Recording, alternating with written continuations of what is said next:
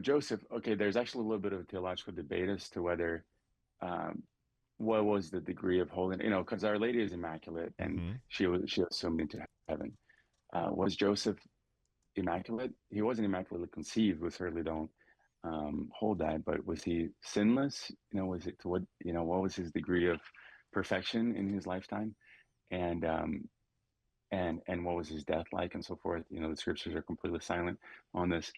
And in actually through IPF, Father Rafferty, my spiritual director, he helped me to see that Our Lady's dependence or Our Lady's freedom didn't come from Joseph's perfection. I think there's a really important lesson for dads. A lot of dads that really take on the Catholic faith, they're like, oh, now I have to be perfect. I have to be just like Saint Joseph. And that's not exactly what happened. Our Lady's freedom came on her reliance on the Lord because she knew that the Lord would provide for her perfectly, and he would use Saint Joseph to do so. But she wasn't relying upon Joseph; she was relying upon the Lord. And so this is what actually allowed her to follow him, to be led by him. And this actually can be a good. I know this is a sensitive subject, but this can be helpful for mothers and wives as well. That they nobody has a perfect husband, and so they look at their husband. They say, "Well, how can I really trust my husband to lead me?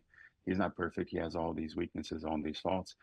And Our Lady was to some degree in the same way. Right. Maybe Joseph was holier than most husbands today. Who knows? But that's the same kind of idea is that she didn't she wasn't led by him. She didn't follow him. She didn't allow him to lead her and Jesus because he was perfect, but rather because she was totally dependent on the Lord, on the Father.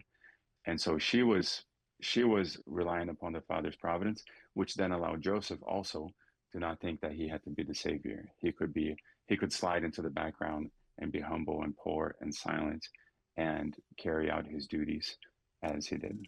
Veni, veni.